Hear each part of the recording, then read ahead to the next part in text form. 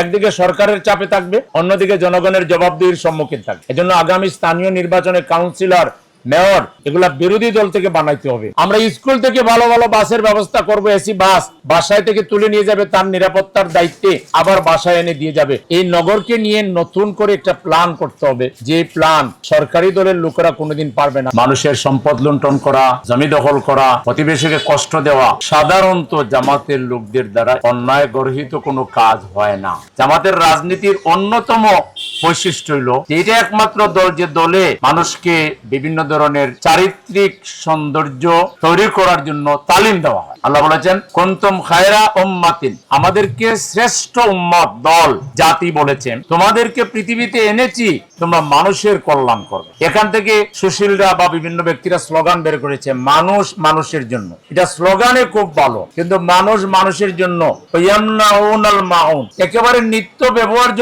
পানি নাই, হঠাৎ করে পানি শর্ট হয়ে গেছে, আপনাকে 1 গ্যালন পানিও কেউ দিবে না। কারণ মানুষের মধ্যে দুনিয়া প্রেম এবং আত্মকেন্দ্রিকতা এবং সেলফিশ প্রকৃতি এমন ভাবে তৈরি করা হয়েছে যে কেউ কাউকে কিছু দিতে চায় না। জামাতের হাতে যদি নেতৃত্ব আসে, একজন সেবক হিসাবে আপনার উপকারে সে আসবে। কোনোদিন আপনার জমি দখল করতে যাবে না, পারলে আপনার জমি উদ্ধার করে দিবে। কোনোদিন আপনার ক্ষতি করতে যাবে না, পারলে আপনাকে কিছু উপকার করবে। তাহলে আজকে সমাজের নেতৃত্ব যদি ভালো মানুষের হাতে দেন, তাহলে রাষ্ট্রীয় যে সুযোগ সুবিধা সরকারি দলের লোকেরও নজরে রাখবে যে এরা কোনো ভুল করে কিনা, আপনারা জনগণও নজরে রাখতে পারবেন। তাহলে প্রপার খেদমত পাবেন। একদিকে সরকারের চাপে থাকবে, অন্যদিকে জনগণের জবাবদিহির সম্মুখীন থাকবে। এজন্য আগামী স্থানীয় নির্বাচনে কাউন্সিলর, মেয়র এগুলা বিরোধী দল থেকে বানাইতে হবে, যাতে করে প্রপারলি জনগণের সম্পদ জনগণের কাছে পৌঁছাইয়ে দেওয়া। সরকারের দলের কাছে যদি দেন, আপনার উন্নতির টাকা, আপনার ডেভেলপমেন্টের টাকা কোথায় হাওয়া হবে আপনি এটা স্বপ্নেও দেখতে পারবেন না। জিজ্ঞেস করলে উল্টে আপনার আরো 2 হালি কিল মারবে, আপনি জানতেও পারবেন না। কিন্তু বিরোধী দল থেকে দিলে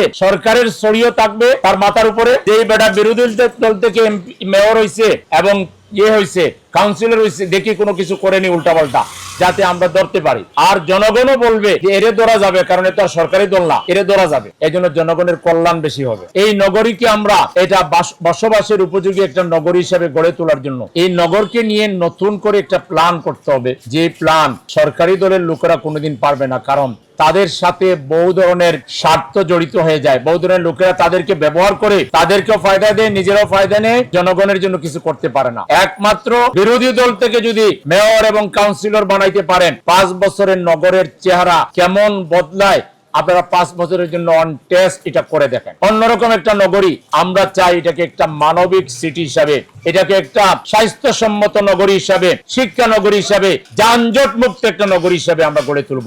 আমরা যদি দায়িত্ব পাই, এমন কিছু অ্যারেঞ্জমেন্ট হবে, আপনাদের পড়ালেখার বাচ্চাদের খরচ কমে যাবে। সবাইকে কার মাইরা স্কুলে যেয়ে দিতে হবে না। আমরা স্কুল থেকে ভালো ভালো বাসের ব্যবস্থা করব, এসি বাস বাসায় থেকে তুলে নিয়ে যাবে, তার নিরাপত্তার দায়িত্বে আবার বাসায় এনে দিয়ে যাবে।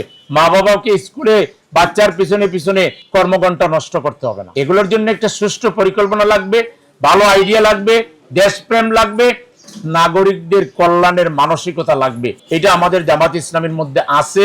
একবার আপনারা সুযোগ দেন। এই যে এমপি পাইছেন, ইতিহাসের প্রথম পার্লামেন্টে মিরপুর কাফরুলকে তিনি যেভাবে তুলে ধরেছেন, শেষ পর্যন্ত আমাদের মাননীয় প্রধানমন্ত্রী তার বক্তৃতায় দাঁড়িয়ে বললেন, মাননীয় বিরোধী দলের নেতা, আপনার প্রত্যেকটা সমস্যার সমাধানের দায়িত্ব আমি প্রধানমন্ত্রী নিলাম।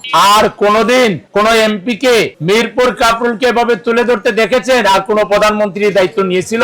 এটা যোগ্য নেতা আপনারা নির্বাচিত করেছেন, তার ফল আপনারা পাবেন। ঠিক একইভাবে যদি স্থানীয় নির্বাচনগুলোতে আপনারা আমাদের সাথে থাকেন, ভূমিকা রাখেন, তার রেজাল্ট আপনারা খুব সহজেই পাবেন ইনশাআল্লাহ। সেজন্য আমরা আপনাদের দোয়া চাই, ভালোবাসা চাই, সহযোগিতা চাই, এবং আপনাদেরকে আমরা ওয়াদা দিচ্ছি, আমরা আপনাদের সেবক হিসাবে, আপনাদের কর্মী হিসাবে, আপনাদের বন্ধু হিসাবে আপনাদের পাশে আমরা থাকবো।